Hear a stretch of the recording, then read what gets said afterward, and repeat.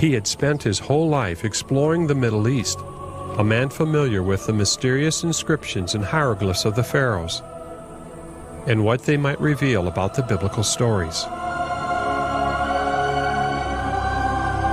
David Rohl, author, historian, and Egyptologist, is an agnostic, someone who remains unconvinced of the existence of God. Yet, he clearly sees archaeological evidence of the biblical Joseph, Jacob, and the early Hebrews in the Nile Delta region of Egypt.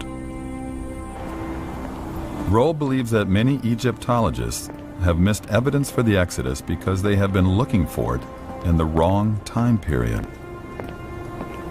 While most scholars think that the events of the Exodus happened in the New Kingdom, David Rohl's view would put the Exodus in an entirely different period, the earlier Middle Kingdom, where he claims evidence for the Exodus can be seen.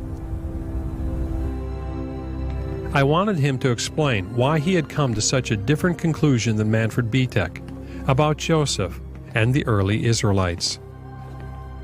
Tell me, who is Manfred Bietek? Manfred Bietek is probably one of the greatest archaeologists alive today, and he's dug at one of the most important sites in the Eastern Delta, a city called Avaris, which is in the land of Goshen, which the Bible calls it, and I believe this is the place where Joseph and his brethren lived. Well, I went to see Manfred Bietek. Right. And that's not what he said. He said there's no evidence of this at the time of Ramesses. Exactly right. Most scholars will say if you look at the city of Ramesses, there are no Asiatics there. There are no Western Asiatics living at that particular city. But dig down a little bit deeper, and you do find a city full of Asiatics. Yeah, but the Bible says it happened at the time of Ramesses. Mm-hmm. What are you saying? I'm saying that this particular mention of the city of Ramses, the building of Ramses, is what we call an anachronism. It's something that's been added into the text later by an editor. Mm-hmm. So what the editor is basically saying is, this is the place where the Israelites built the store city, and we know it today as Ramesses. Well, in the ancient times, it was called Avaris. Okay, so the people would know the area, the region. The people of the Bible would have known where Ramesses was and where, therefore, their ancestors actually built the city. I also found that the Bible, in the book of Genesis, uses the word Ramesses hundreds of years before Pharaoh Ramesses or his city existed to describe the land where Joseph's family settled. So if the name Ramesses in Genesis does not refer to the time of Pharaoh Ramesses II, then why should the mention of Ramesses in the book of Exodus be any different? Now this Avaris is the city which lies under the biblical Ramesses, Ramesses of the New Kingdom, Avaris of the Middle Kingdom, the 13th dynasty. It lies underneath the city that's mentioned in the Bible. So when Bietek digs up a huge population of Semitic-speaking peoples with Semitic culture living in the city of Avaris for several hundred years, and then, at the end of the period, these Semites all leave, depart with their belongings and abandon the city, whatever Manfred says, that to me sounds awfully like the Israelites. Well, what he told me was that there was no connection. Well, look at the evidence that you've got here. Right at the beginning, at the heart of this community, at the end of the 12th dynasty, we see a Syrian house appear. The Austrians call them Mittelsaal houses. This type of house is found in North Syria, the area where Abraham came from. It's exactly the same style of house you'd expect Jacob to build for himself in Egypt. And we know that the Israelites sought their brides from Haran in that region. They all went back to get their brides from there. So the culture that turns up in Egypt at the end of the 12th dynasty seems to have come from North Syria originally. So what is the connection with Joseph out of Avaris? Well, after this house of Jacob, if we can call it that, is built, eventually it's flattened, and on top of it, an Egyptian palace is constructed, Egyptian architecture this time. However, the occupant was not Egyptian. The palace had courtyards, colonnades, audience chambers. There was even a robing room.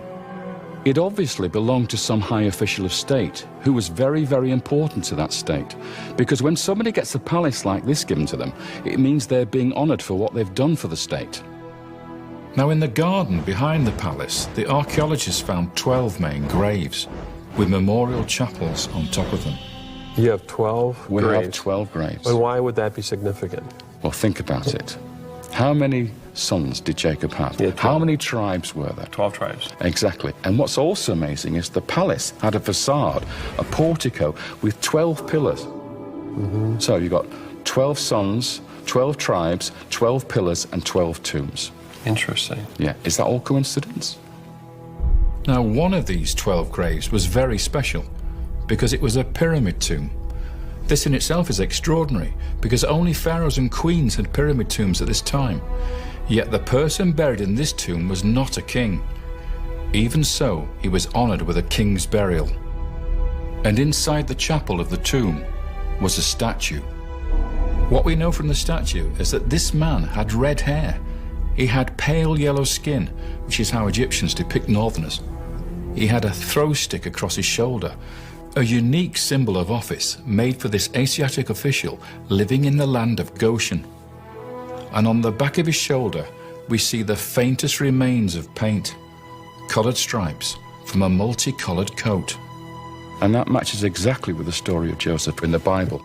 The multicolored coat is a gift which shows that he was the favorite of the father. And it almost becomes his insignia, this coat. It's the thing we remember about him most of all. Do you know of any other statues of a Semite of this kind in Egypt? There is nothing else like this in the whole of Egyptian history. Really? Nothing at all. David Roll is not the only one to see a connection with Joseph at Avaris.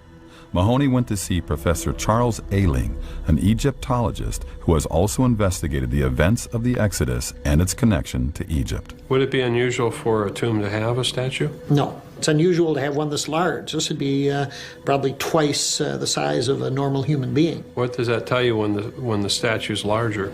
That it's a very important person. Now, of course, this is not a pharaoh's tomb or palace, but the man who lived there, you can identify his nationality by looking at the fragments of the statue. Three things. The hairstyle he has, which we often call the mushroom hairstyle. And then secondly, the weapon he carries over his shoulder called a throw stick, which we would associate with like an Australian boomerang. And then the coloration of the skin. The skin is yellow. All those things indicate that this would have been a Syro-Palestinian. Dr. Eilíng, do you think this is Joseph?